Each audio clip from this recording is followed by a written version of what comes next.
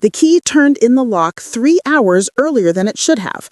Vivienne Ashford, 34 years old, senior architect at Sterling and Cross, pushed open the door to the brownstone she'd shared with her husband Marcus for 8 years. The pitch meeting in Boston had been canceled last minute, giving her an unexpected afternoon at home.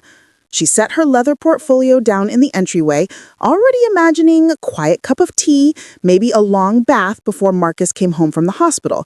But when she rounded the corner into the living room, Marcus stood frozen in the center of the Persian rug, his face drained of all color like he'd seen a ghost, or worse, like he was the ghost. In his hands, trembling visibly, was a small velvet box, the kind jewelers use for rings. "Vivienne," Marcus whispered her name, barely audible. "You're not supposed to be here." The room shifted. The air grew thick with something Vivienne couldn't name yet. Her husband, Dr. Marcus Ashford, renowned cardiothoracic surgeon, calm under pressure, steady as stone, looked like a man caught in the act of something terrible. "What's in the box?" Vivienne asked, her voice steady but her heart beginning to hammer against her ribs. Marcus didn't answer. He just stood there, the velvet box clutched so tightly his knuckles had gone white. What happens when the person you trust most freezes like they've been caught? When the man who promised you forever suddenly looks guilty of something unforgivable? If you enjoy stories about secrets, betrayals, and the truth that hide in plain sight, don't forget to subscribe to After Dark Stories. Hit that notification bell so you won't miss what happens next. And ask yourself, what would you do if you walked in early and found your partner looking like Marcus? Let's find out what Vivienne discovered that afternoon. The silence stretched between them like a canyon opening in real time. Marcus finally moved, shoving the velvet box into his jacket pocket with a jerky, unnatural motion. "Viv, I can explain." Those 4 words. The 4 words that universally mean the exact opposite. The 4 words that signal the end of innocence in any relationship. "Then explain," Vivienne said, her architect's mind already cataloging details. The box, the guilt written across his face, the fact that he'd said she wasn't supposed to be here, not that he was glad to see her. Marcus ran a hand through his dark hair, a gesture she'd seen 1,000 times when he was trying to buy time during difficult conversations with patients' families. "It's not what you think." "I don't know what to think, Marcus. That's why I'm asking." He looked toward the kitchen, toward the door, anywhere but at her. "Can we sit down?" "I'd rather stand." The brownstone around them felt different suddenly. They'd bought it 6 years ago, right after Marcus made partner at Presbyterian Hospital. 3 stories of exposed brick and hardwood floors in Brooklyn Heights, within walking distance of the hospital and Vivienne's firm. Every room held memories. The kitchen where they'd hosted dinner parties, the study where they'd each worked late into the night on their respective projects, the bedroom where they had made love and made plans for the future. Now it felt like a crime scene. Marcus had always been the steady one in their relationship. Where Vivienne was passionate and expressive, Marcus was measured and calm. He was the son of Jamaican immigrants who built a medical dynasty in New York. His father, Dr. Raymond Ashford, had founded the Ashford Clinic in Harlem. His mother, Dr. Patricia Ashford, served as chief of medicine at Mount Sinai. Marcus had followed in their footsteps with a precision that bordered on destiny. Undergraduate at Yale, medical school at Johns Hopkins, residency at Mass General, fellowship at Stanford. By 36, he was already one of the most respected cardiac surgeons on the East Coast, performing procedures that saved lives other doctors had given up on. Vivienne had met him at a hospital fundraiser 8 years ago. She'd been there representing her firm, which was designing a new pediatric wing. He'd been there because his parents insisted. They'd bonded over mutual exhaustion with small talk and a shared love of old architecture. Their courtship had been steady, thoughtful, intentional. Marcus didn't rush. He planned. 6 months of dating before he said, "I love you." A year before he introduced her to his formidable parents. 2 years before he proposed at the Brooklyn Botanic Garden during cherry blossom season, with a ring he'd designed himself, incorporating elements of both their heritages, her Irish grandmother's Celtic knot pattern, his Jamaican grandfather's gold.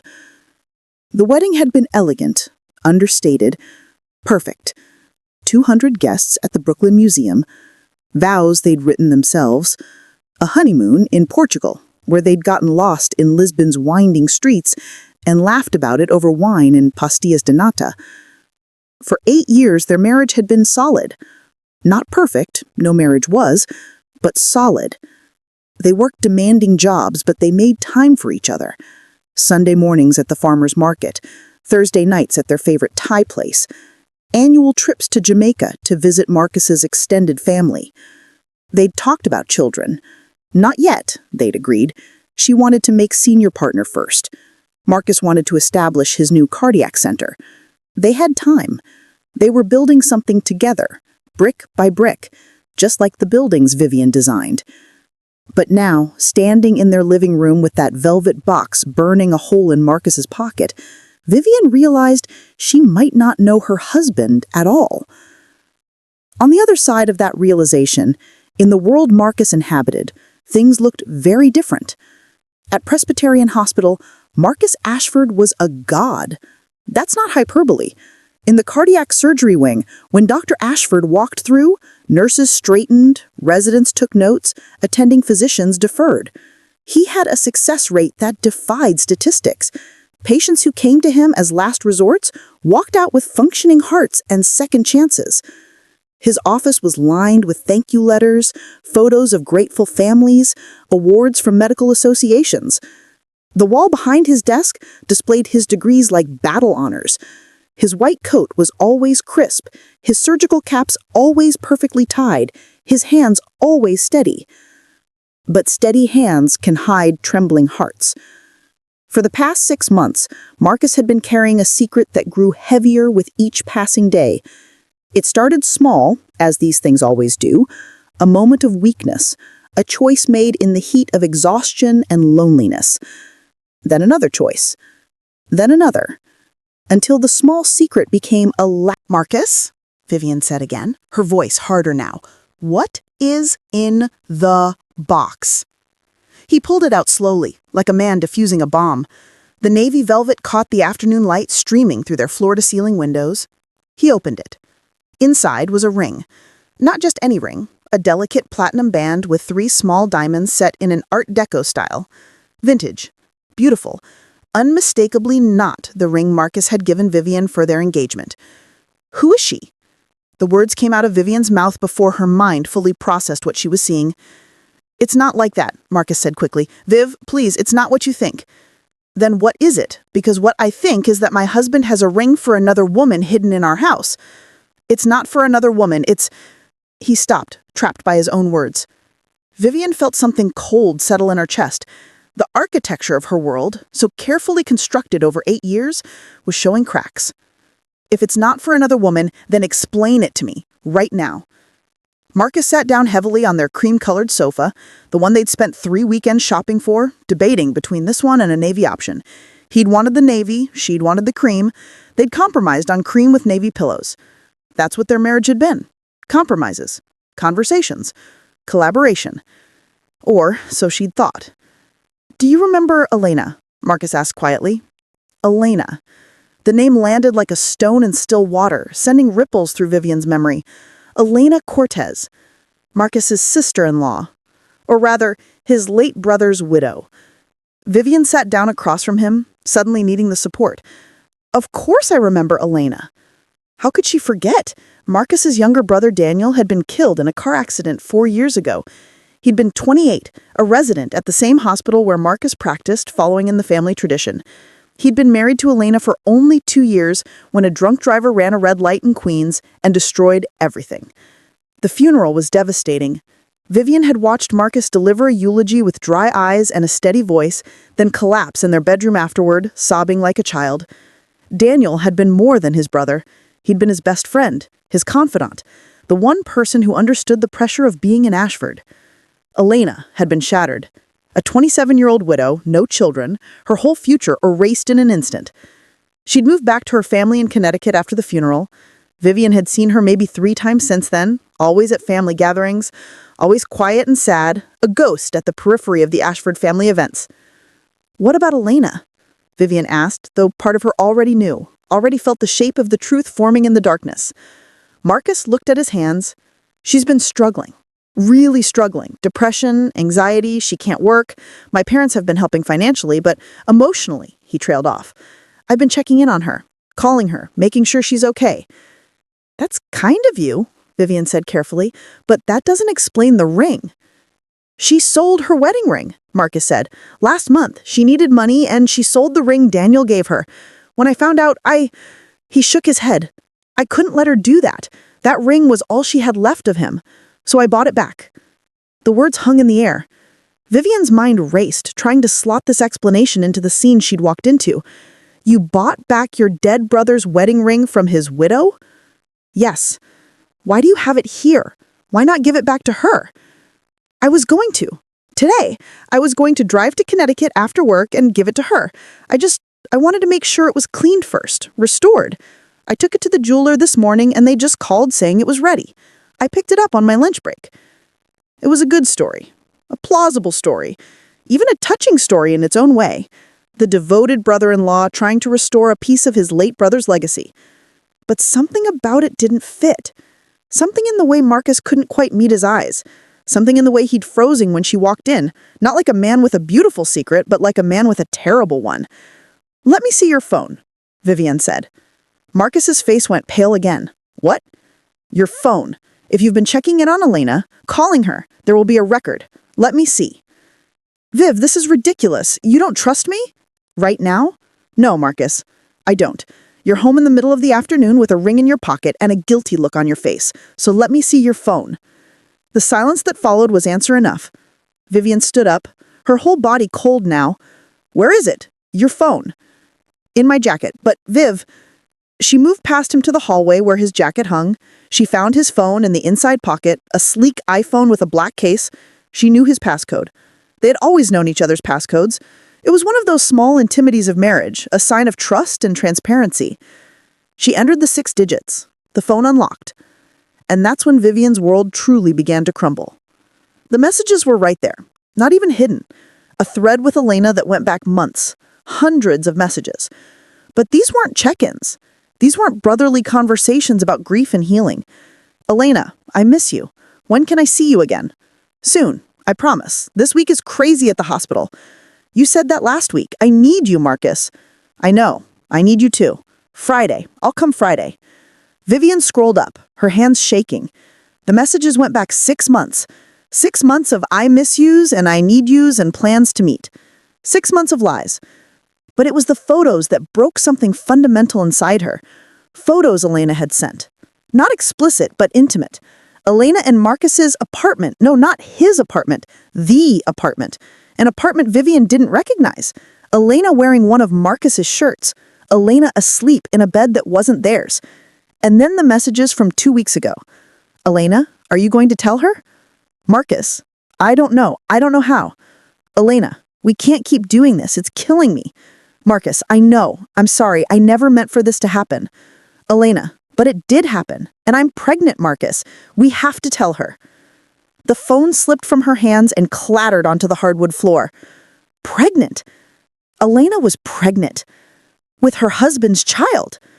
Marcus was on his feet, moving toward her, his face a mask of panic and desperation. Viv, please, let me explain. Don't. The word came out like a whip crack. Don't come near me. Don't touch me. Don't say my name. It just happened. It just happened? Vivienne's voice rose to a scream, 8 years of composure shattering in an instant. You've been sleeping with your dead brother's widow for 6 months, and she's pregnant, and it just happened? We were both grieving. We were both lonely. I'm your wife.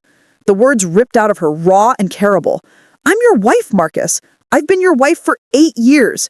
I've stood by you through everything. Your brother's death, your parents' expectations, 100-hour work weeks, every sacrifice you've made for your career.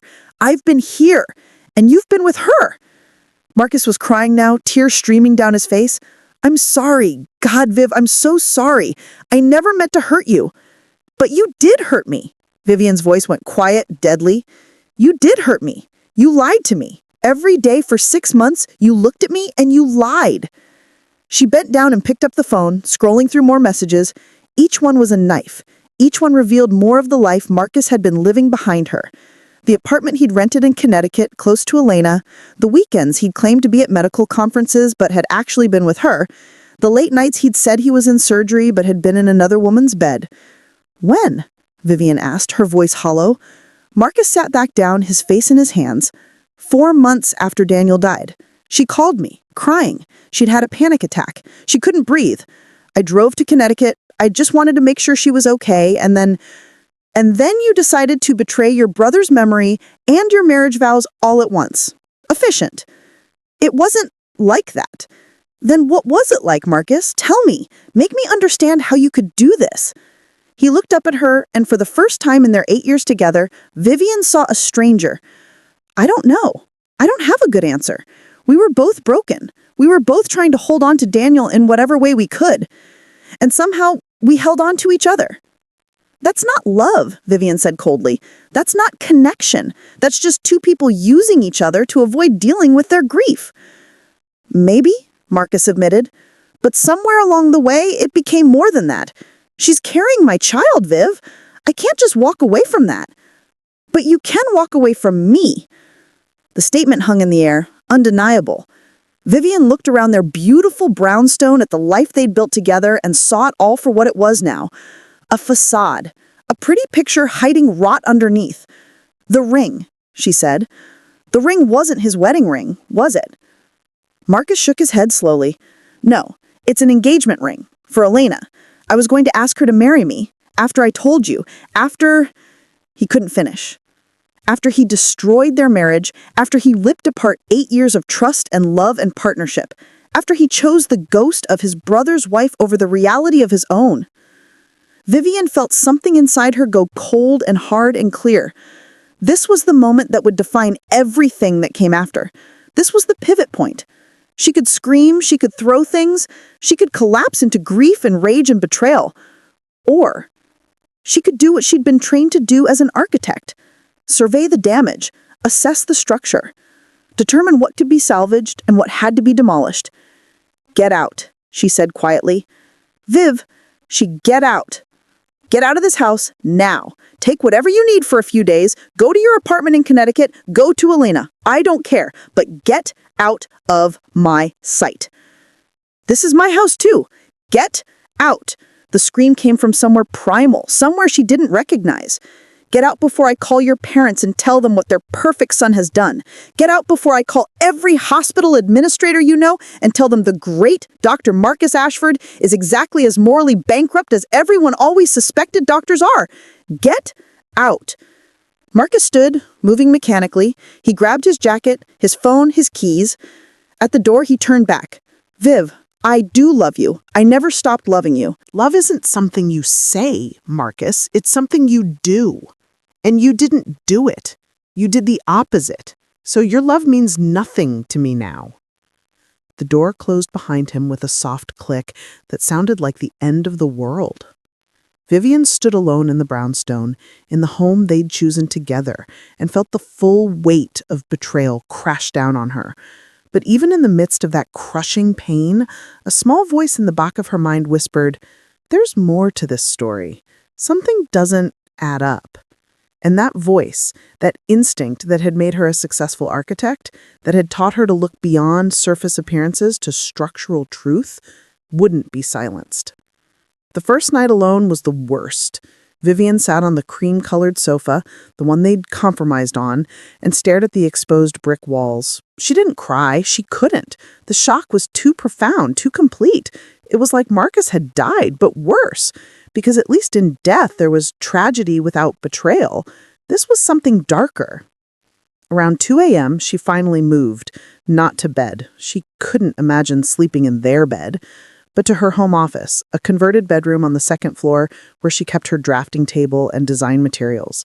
She opened her laptop and started doing what she always did when faced with a problem: research. First, she logged into their joint bank account. If Marcus had been renting an apartment in Connecticut, there would be financial evidence. But as she scrolled through months of transactions, nothing seemed unusual. No large cash withdrawals, no payments to landlords or property management companies. The only out-of-state transactions were legitimate. Gas stations when he claimed to be driving to conferences, restaurant charges from cities where she knew he'd been presenting papers. That was odd. Where was the apartment? She searched their credit card statements next. Again, nothing suspicious. No hotel charges in Connecticut, no unusual purchases. If Marcus was maintaining a secret relationship, he was doing it with cash, which seemed unlike him. Marcus was meticulous about finances, about tracking everything, about keeping records. Vivienne opened a new search window and typed Elena Cortez, Ashford, Connecticut. Social media profiles popped up. Elena's Facebook, locked down with privacy settings, her Instagram, also private, but LinkedIn was public.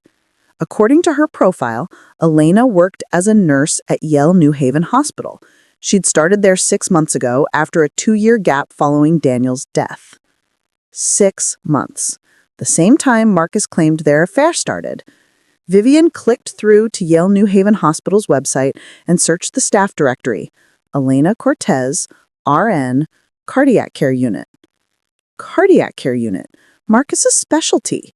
That couldn't be a coincidence. A thought struck her. She pulled out her phone and opened the calendar app she shared with Marcus. He'd always been good about updating it with his schedule, his surgeries, his conferences. She scrolled back through the past 6 months, cross-referencing dates. Every Friday evening for the past 4 months, Marcus had marked late surgery, or consultation, or research meeting. But Vivienne knew his surgery schedule. She'd been married to a surgeon long enough to understand the patterns. Major surgeries happened Tuesday through Thursday when the full surgical team was available. Friday evening is when surgeons went home early, eager to start their weekends. So what had Marcus been doing every Friday evening? Vivienne opened a new tab and searched Connecticut apartments for rent. Hundreds of listings appeared, too many to narrow down. She needed more information. She went back to Marcus's phone records. She had access through their shared phone plan. She pulled up the call logs and message timestamps. Most of Elena's calls came through in the late evening, after 9 p.m. The messages were scattered throughout the day, but concentrated in the mornings and late nights. That wasn't the pattern of someone having a hot affair. That was the pattern of someone dealing with a crisis. Vivienne leaned back in her chair, her architect's mind starting to see patterns where before there had been only chaos. Something was wrong with the story Marcus had told her. Not just morally wrong, structurally wrong. Her phone buzzed. A text from her best friend, Camille. Late night work session? Saw your office light on from the street. Vivienne texted back, come up, bring wine, bring your lawyer brain. Camille Laurent was a prosecutor in the Manhattan DA's office. Vivienne and Camille had met in college, roommates, assigned by some random algorithm that turned out to be kismet. Where Vivienne built physical structures, Camille built legal arguments. Both required the same skill, seeing the truth hidden in complexity. 5 minutes later, Camille sat across from her in the office, a bottle of Malbec open between them, listening to the whole story. When Vivienne finished, she didn't offer the sympathetic outrage Vivienne expected. Instead, her prosecutor face appeared, sharp and analytical. Show me the messages, Camille said. Vivienne pulled them up on her laptop, having forwarded everything to herself before Marcus left. Camille read through them carefully, occasionally asking Vivienne to scroll back to earlier exchanges. Okay, I'm going to say something you won't want to hear. Of course you are. That's your brand. These messages don't read like an affair to me. Vivienne blinked. Excuse me? I've prosecuted enough cases involving infidelity as a motive. I've read a lot of affair messages. These aren't those. Camille pointed to the screen.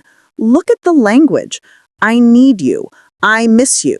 But never, I want you. Never anything sexual or romantic. The intimacy here is emotional, not physical. There were photos of Elena in his shirt, asleep in a bed. That's weird, I'll grant you. But look at the timestamp, 3 a.m., and look at the message before it. Camille scrolled. Elena says, thank you for staying. I couldn't have gotten through tonight without you. So he's comforting her in the middle of the night. That's better? I'm not saying it's inappropriate. I'm saying it might not be what you think. Camille kept scrolling. And this message about her being pregnant, look at the full context. Vivienne looked. Alina, are you going to tell her?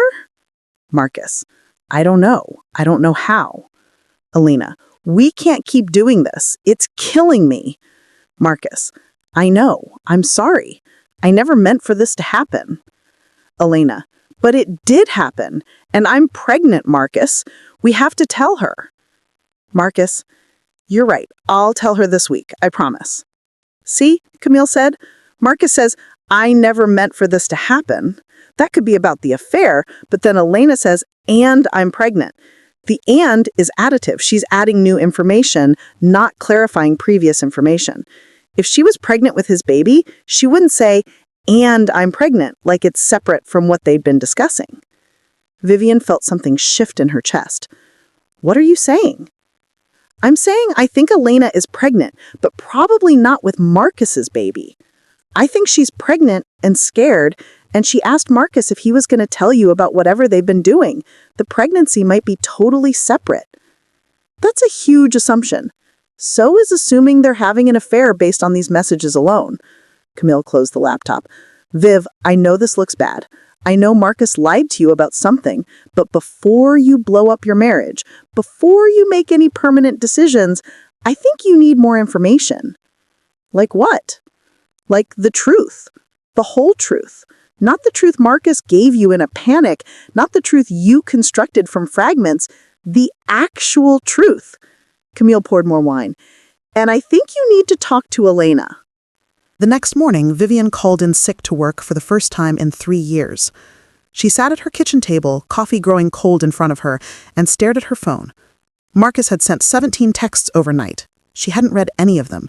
His parents had called twice. She'd let it go to voicemail. But she needed answers, and Camille was right. The only way to get them was to go to the source. She opened a new message and typed Elena's number from the message thread. Vivienne, this is Vivienne Ashford, Marcus's wife. We need to talk. Today. The 3 dots indicating typing appeared almost immediately. Elena, I know. I've been expecting your call. Can you come to New Haven? I have a shift at the hospital until 3, but I'm free after. Vivienne, send me the address. I'll be there at 3:30. The drive to Connecticut felt surreal. Vivienne navigated the I-95 corridor on autopilot, her mind racing through scenarios. What would she say? What would Elena say? Would they scream at each other? Would Elena cry and confess everything? Yale New Haven Hospital loomed ahead, a massive complex of buildings. Vivienne parked in the visitor's lot and texted Elena that she'd arrived. Elena, meet me at the coffee shop across the street, the one with the blue awning. Vivienne found it easily, a small cafe called The Daily Grind, crowded with medical students and residents. She ordered a green tea she didn't want and sat in a corner booth, her back to the wall. Elena walked in 10 minutes later, still in her scrubs. She was smaller than Vivienne remembered, more fragile. Her dark hair was pulled back in a ponytail, her face bare of makeup. She looked exhausted. But she didn't look guilty. Elena slid into the booth across from her, her hands folded on the table. Thank you for coming. I know this must be... Did you sleep with my husband? Vivienne asked, her voice low but sharp. What? No, God, no. Don't lie to me. I've seen the messages. I need you, I miss you, photos of you in his shirt. I can explain all of that, but first, I need to know what Marcus told you. Marcus told me you've been having an affair for 6 months, that you're pregnant with his child, that he was going to leave me for you. Elena's face went pale, then red, then something else entirely. Fury. That bastard. That absolute coward. Vivienne blinked. So, it's not true? Of course it's not true. Jesus Christ, Vivienne. Marcus is like my brother. The thought of... Elena shuddered. No, but he is helping me with something. Something he was too afraid to tell you about. And apparently, he decided to let you believe the worst instead of just being honest. Then tell me. Tell me what's really going on. Elena took a deep breath. I'm pregnant. That part is true.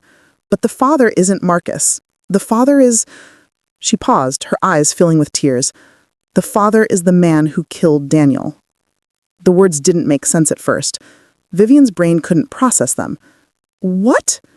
His name is Andrew Whitmore. He was the drunk driver who hit Daniel's car. He went to prison for vehicular manslaughter. He got out 8 months ago on early release for good behavior. Elena's voice was shaking now. And when he got out, he came to find me. To apologize, he said. To make amends. Oh my God, Vivienne whispered. I should have called the police. I should have gotten a restraining order. But I was so angry, Vivienne. I was so full of rage. And he was there telling me how sorry he was, how his life was ruined too, how he'd lost everything. And she stopped, tears spilling over. I wanted to hurt him. I wanted to make him feel what I felt. So I seduced him. I brought him into my life just so I could destroy his. Vivienne sat back stunned. We slept together once, just once, and I got pregnant. Elena laughed bitterly. Karma, right? I wanted revenge and I got a baby instead. A baby whose father is the man who killed Daniel. And Marcus knows all this? I told him 2 months ago when I found out I was pregnant. I have no one else to tell. My family would disown me if they knew. The Ashfords would never understand. But Marcus... She wiped her eyes. Marcus didn't judge me. He just helped. Helped how? He found me a therapist, a good one, who specializes in trauma and complicated grief. He helped me get the job here at Yale New Haven so I could have insurance, so I could afford prenatal care. He rented me a small apartment when my landlord kicked me out for being behind on rent. And he's been checking on me, making sure I'm okay, making sure I don't do something stupid. The pieces started clicking into place. The Friday evening consultations, the messages in the middle of the night, the photos of Elena in his shirt, because she'd been having a breakdown and needed someone to sit with her until she fell asleep. The ring, Vivienne said. What about the ring? Elena's face softened. I did sell my wedding ring, but not Daniel's. Mine. I sold mine because I felt like I'd betrayed his memory by sleeping with his killer. I couldn't wear it anymore. When Marcus found out, he bought it back for me. He said Daniel would have wanted me to keep it, that Daniel wouldn't want me to punish myself forever. So why didn't he just tell me all this? Vivienne asked, though part of her was starting to understand. Because he knew you'd want to help, Elena said quietly, and he didn't want this to touch you. He didn't want the Ashford family drama to become your drama. He was trying to protect you from it. By lying to me? By lying to you, which was stupid and wrong and the exact opposite of what he should have done. But Marcus has this thing where he thinks he has to handle everything alone. It's the Ashford way, right? Be perfect, be strong, never show weakness. Vivienne knew that was true. She had seen it in how Marcus dealt with his parents' expectations, with the pressure of being the remaining son, with the weight of carrying on the family medical legacy after Daniel died. The engagement ring, Vivienne said. He told me he was going to propose to you. Alana shook her head. There is no engagement ring for me, but there might be. She hesitated. There might be one he was planning to give you for your anniversary. Our anniversary isn't until 3 months. I know, but he's been talking about wanting to renew your vows. Something about how the first wedding was for your families, and he wanted to do something just for the two of you. He asked me to help him design a ring because Daniel and I had designed mine together, and he thought I might have insight into what you'd like. The room tilted. Vivienne felt like she was falling through space. So when you walked in and caught him with a ring, he panicked. Because it was supposed to be a surprise. And because he'd been lying to you about where he was going, what he was doing.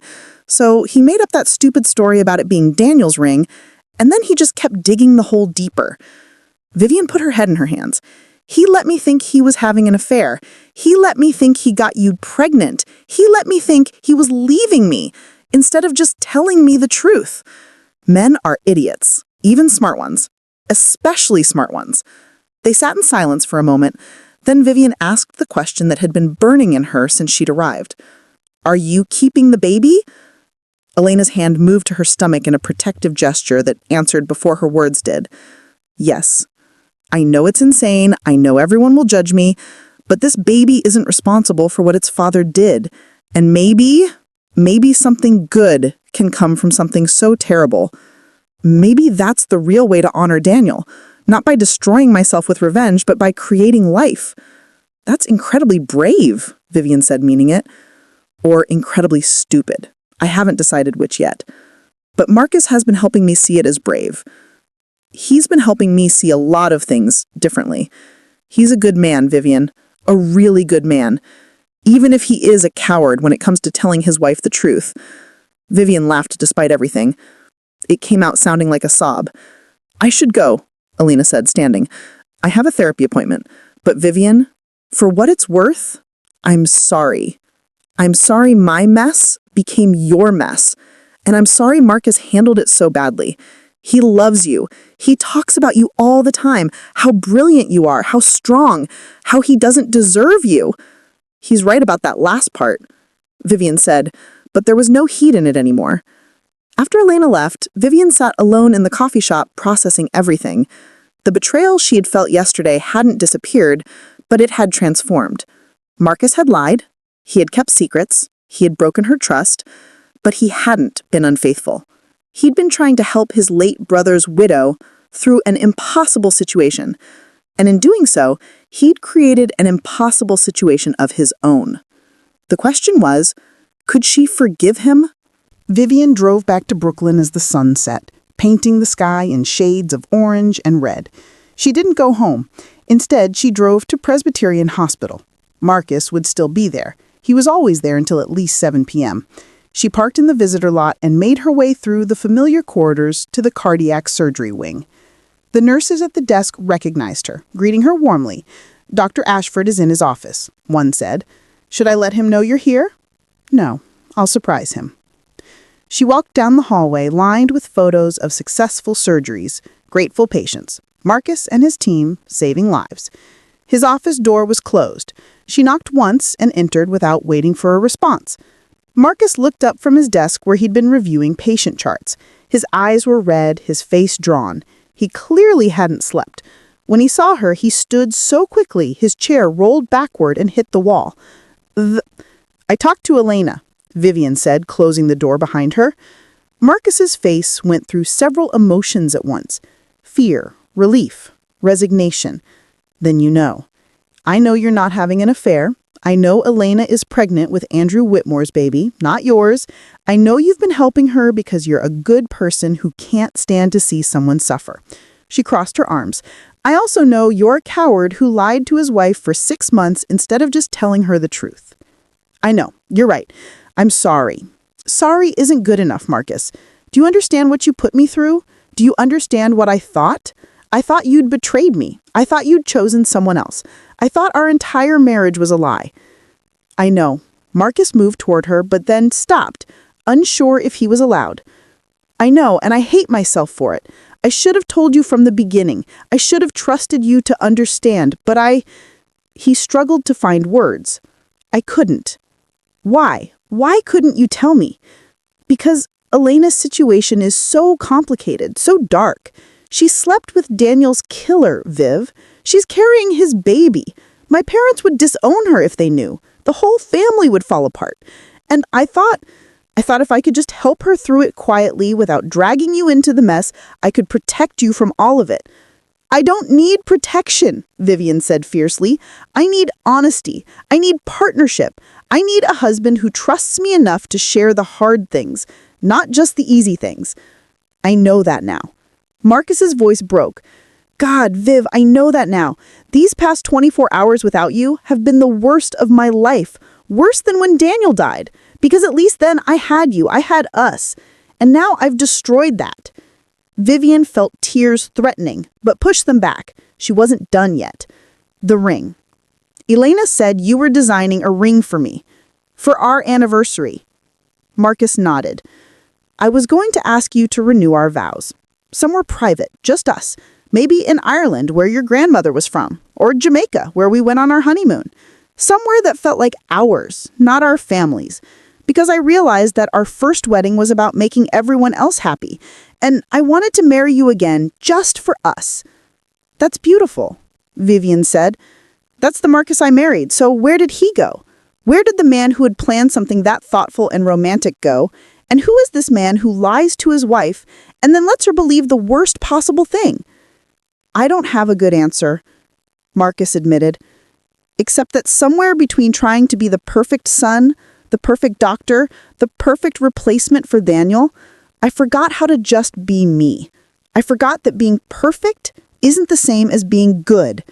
Vivienne walked to the window and looked out at the Manhattan skyline, the lights beginning to twinkle as night fell. I talked to Camille last night. She's a prosecutor. She knows how to read people, how to see through lies. And she said something interesting. She said these situations either destroy a marriage or they remake it into something stronger. There's no middle ground. What do you want, Viv? Marcus asked quietly. Do you want me to leave? Do you want a divorce? Whatever you want, I'll do it. You have every right. Vivienne turned to face him. What I want is for you to go to therapy. Real therapy, not just a few sessions. I want you to figure out why you think you have to carry everything alone, why you think lying is protecting people, why you can't trust the people who love you with the truth. Okay, I'll do that. And I want us to go to couples therapy, because this isn't just about you. This is about us, about how we communicate, how we handle crisis, how we build trust back after it's been broken. Okay. And I want you to tell your parents the truth about Elena. All of it. Because she needs family support, not secrecy and shame. And because keeping family secrets is what got us into this mess. Marcus flinched. They'll be furious. Probably. But they'll get over it. And Elena needs help. She needs to know she's not alone. That baby needs grandparents who love it, even if its conception was complicated. You're right. Marcus nodded slowly. You're right about all of it. And finally, Vivienne said, her voice softening just slightly, I want you to come home. Not tonight. I need more time. But soon. I want you to come home and I want us to figure out how to be married to each other again. Really married, with honesty and trust and partnership. Marcus's eyes filled with tears. You're giving me another chance? I'm giving us another chance, Vivienne corrected, because I met my vows, Marcus, for better or for worse. And this is definitely worse. But I still choose us. I still choose our marriage. As long as you promise me, really promise me, that the lying stops now, forever. I promise. Marcus crossed the space between them and pulled her into his arms. She let him, feeling the familiar solidity of his embrace, the steady beat of his heart against her cheek. I love you, Marcus whispered into her hair. I know, Vivienne said, but love isn't enough. We need trust, too. So you're going to have to earn that back. I will. However long it takes. Whatever I have to do. Vivienne pulled back and looked up at him. Show me the ring, the one you are designing for me. Marcus went to his desk and pulled out his phone. He opened a folder of photos and handed it to her. The ring was beautiful, a delicate band with intertwined Celtic knots and small emeralds, her birthstone, set in the pattern. Simple, but meaningful. It's perfect, she said honestly. I was going to have it engraved, Marcus said, with the coordinates of the place we first said, I love you. Vivienne remembered. They'd been hiking in the Catskills, 3 months into dating. They'd reached the summit of a small mountain, and Marcus had turned to her, breathless and happy, and said the words so simply, so certainly. You remember the coordinates? She asked. 42.0409 degrees north, 74.3654 degrees west, Marcus said without hesitation. I remember everything about that day. Despite everything, despite the pain and betrayal and confusion, Vivienne felt something warm bloom in her chest. This was the man she married. This was the man worth fighting for.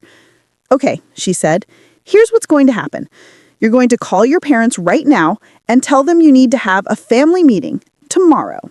You're going to tell them about Elena, about the pregnancy, about all of it. And I'm going to be there with you because we're partners, and partners show up for the hard conversations. Okay? And then you're going to move back home this weekend, but you're sleeping in the guest room until we've had at least 3 couples therapy sessions. I need time to trust you in my space again. That's fair. And you're going to make time for therapy. Real time. Not squeezed in between surgeries. You're going to prioritize this the way you prioritize your patients. I will. And Marcus, Vivienne said, her voice steel now, If you ever lie to me again about anything at all, I'm gone. No second chances, no explanations. I will walk away and I won't look back. Are we clear?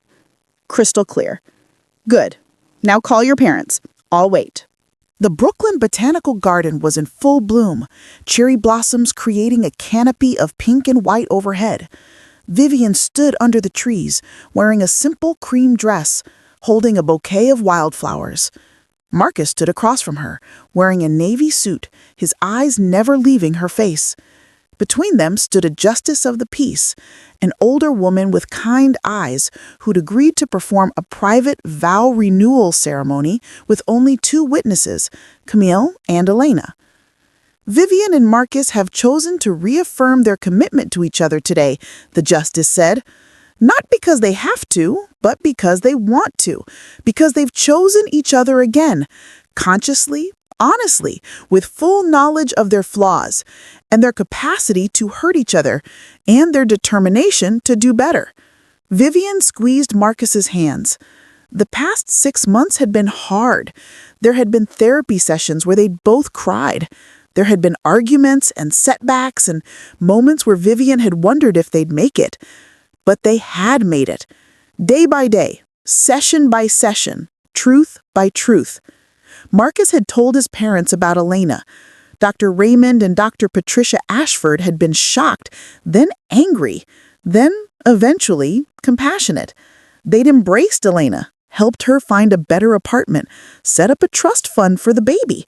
The Ashford family had rallied around her in ways Vivienne had never expected, proving that even complicated families could rise to meet complicated circumstances.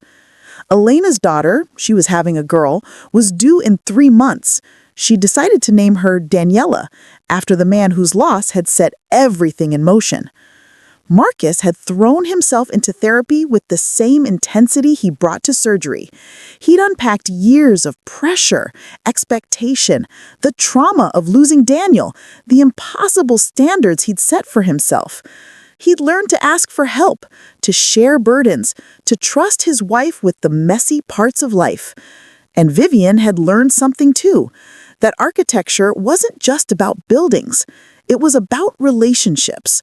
You had to survey the damage honestly. You had to decide what could be saved and what needed to be rebuilt from scratch. You had to have a vision for what you wanted to create and the patience to construct it properly, brick by brick. Their marriage had been damaged, but the foundation was sound. So they'd rebuilt. Marcus, the justice said, would you like to share your vows? Marcus cleared his throat. Vivienne, 8 years ago, I promised to love you for better or worse. I thought I understood what that meant. I didn't. I thought worse meant external things. Job loss, illness, tragedy. I didn't realize worse could mean me. My mistakes, my failures, my cowardice. He paused, his voice thick with emotion. You could have left. You had every right to leave. But you stayed. You chose to rebuild with me. And I promise you, for the rest of my life, I will earn that choice every single day. I will be honest even when it's hard. I will trust you with my fears and my failures. I will be your partner, not your project. I will love you with action, not just words. Vivienne felt tears slip down her cheeks. And Viv, Marcus added with a small smile, I promise to never ever surprise you by coming home early again. From now on, you have at least 24 hours notice. The small group laughed, breaking the tension. Vivienne, the justice said, your vows? Vivienne took a breath. Marcus, someone asked me recently if I regretted marrying you, if I wished I'd chosen differently. And I realized the answer is no. Not because our marriage has been perfect. It hasn't. Not because you've never hurt me. You have.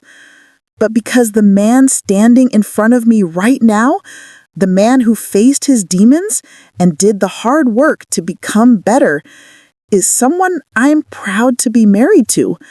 She squeezed his hands tighter. I promise to keep choosing you, even on the days when it's hard, even when you're not perfect, because I'm not perfect either. I promise to build our life together as partners, as equals. I promise to speak my truth and to listen to yours. And I promise to never let us get so lost in being perfect that we forget how to be real." The justice smiled. "By the power vested in me, I pronounce you, still and always, husband and wife. You may kiss each other. Again." Marcus pulled Vivienne close and kissed her, soft and sweet and full of promise. When they pulled apart, both were crying. Camille handed Vivienne a tissue. "You two are disgustingly romantic, you know that." Alina laughed, her hand resting on her growing belly. "Let 'em have it. They earned it." After the ceremony, the four of them walked through the garden, stopping at the same spot where Marcus had proposed 8 years ago. The plaque was still there. Brooklyn Botanical Garden, Japanese Hill and Pond Garden. "I still can't believe you remember the exact coordinates of where we first said, 'I love you,'" Vivienne said. Marcus pulled her close. "I remember everything about us, Viv. The good and the bad, but especially the good." Later, at a small restaurant in Park Slope that had been their favorite since they'd first moved to Brooklyn, Marcus gave Vivienne a small box. Inside was the ring he'd designed, the Celtic knots and emeralds catching the candlelight, and engraved inside the band, 42.0409 North, 74.3654 West. "It's beautiful," Vivienne whispered. "It's a promise," Marcus said, sliding it onto her right hand, not replacing her wedding ring, but complementing it. "A promise that I'll always remember where we started, and that I'll spend the rest of my life making sure we never lose our way again." 3 months later, Vivienne stood in the delivery room at Yale New Haven Hospital, holding Elena's hand as she brought Daniela into the world. Marcus was there too, along with his parents. All of them crowded into the room to welcome the newest member of the Ashford family. When the baby was placed in Elena's arms, when she looked down at her daughter with tears of joy streaming down her face, Vivienne understood something profound. Healing wasn't about pretending the past didn't happen. It was about choosing every day to create something beautiful from the broken pieces. 6 months after that, Vivienne made senior partner at Sterling and Cross. Her first major project was designing a new cardiac center at Presbyterian Hospital, a state-of-the-art facility that would save thousands of lives. She named it the Daniel Ashford Memorial Cardiac Center. At the dedication ceremony, the entire Ashford family stood together, Raymond and Patricia, proud and emotional, Alina holding 1-year-old Daniela, Marcus, his arm around Vivienne's waist, and Vivienne herself, the woman who walked into her home one afternoon and discovered that sometimes the worst moments lead to the greatest transformations. In her dedication speech, Vivienne said, "We build buildings to shelter people from storms, but the real work of architecture happens in our hearts. When we choose to rebuild after betrayal, when we choose to stand strong after collapse, when we choose love over fear, truth over comfort, hope over cynicism." She looked at Marcus, at their family, at the life they'd built and rebuilt together. This center stands as a testament to that choice and to the truth that the strongest structures are the ones that have weathered the worst storms and still stand. Ask yourself today, how many times have you judged a situation based on what it looked like on the surface? How many times have you assumed the worst without seeking the truth underneath? Vivienne could have walked away. She had every reason to, every right to. But she chose to dig deeper, to ask questions, to see beyond the obvious narrative to the complicated truth beneath. Sometimes the people we love make terrible choices. They lie when they should tell the truth. They hide when they should share. They try to protect us and end up hurting us instead. But sometimes, not always, but sometimes those terrible choices come from a place of love, not malice. From fear, not cruelty. From the misguided belief that they're doing the right thing. The question is, can you see the difference? Can you tell when someone has betrayed you and when they've just failed you? Because betrayal is unforgivable. But failure, when met with genuine remorse and change, can be the foundation for something stronger than what existed before. Marcus and Vivienne's story isn't about forgiving infidelity, because there was no infidelity. It's about the lies we tell to protect the people we love, about the damage those lies cause, and about the hard work of rebuilding trust, brick by brick, truth by truth. If this story made you think about the secrets in your own relationships, share it. If it reminded you that things aren't always what they seem, leave a comment with your own story. And if you've ever had to decide whether to stay or leave, whether to rebuild or walk away, know that you're not alone. These are the hardest choices we face. If you enjoy stories like this, stories about real marriages, complicated truths, and the hard work of staying together when it would be easier to leave, hit like, subscribe, and turn on notifications for After Dark stories. Because we all have moments when we walk in early and discover something that changes everything. The question is, what do we do with those moments? Do we let them destroy us? Or do we let them remake us into something stronger? Thank you for spending this time with us. We'll see you in the next video, where we'll explore another story of truth, trust, and the complicated beauty of human connection. This is After Dark Stories, where the real drama isn't in the betrayal, it's in what comes after.